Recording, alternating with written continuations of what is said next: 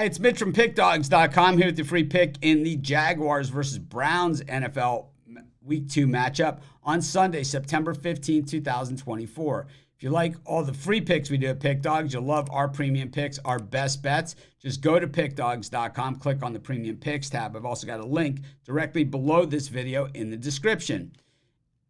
Prices range between $15 all the way up to yearly packages, but regardless of what you're buying, you can use the discount code PICK and get 15% off any of your purchases at Pickdawgz. Of course, we also have VIP style packages. These are meant for people that make really big bets and have really big bankrolls, looking for that one-on-one exclusive type package situation, that concierge style service. These are our most expensive premium packages, but if that's what you want, just text the number. But let's get to it. We've got the Jaguars taking on the Browns. Both teams losers in week 1.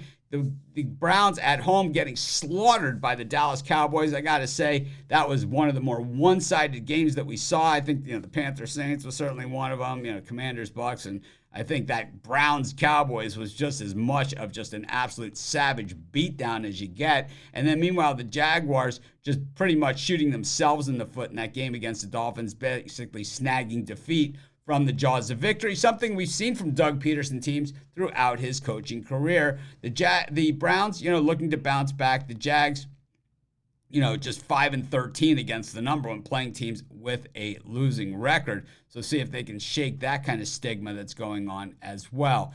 When we look at the Browns, they just simply had no answer for the pass rush of the Cowboys. It was just absolutely awful. And I got to say, it's one of those games where the 33-17 final score really doesn't show you even how one-sided that game was. Deshaun Watson was just hideous in that game.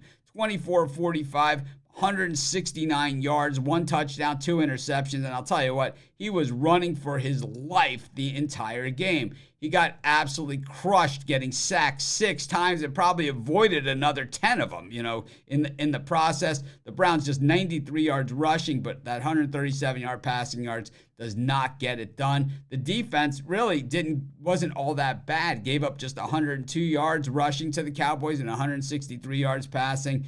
They sacked Dak Prescott 3 times, but really, when you have an offense that can't do anything at all and a quarterback just who looked as sad as Deshaun Watson did, it really doesn't matter what you do. I think this Jags team is, certainly got the short end of it there, the Etienne fumble, and then the Dolphins, coming all the way back late in the game to get the win. Really just a bad ending there. The Jags had 3 sacks on the board for the defense. The passing, not so stellar for Trevor Lawrence at 139 yards passing, but 128 rushing yards. And, I do believe that, between Bigsby and Etienne, they do have a nice tandem there in the backfield. I think the receiving wise, not so, Evan Ingram, I think you're going to need to see more than 1 catch a game from this guy to get it done.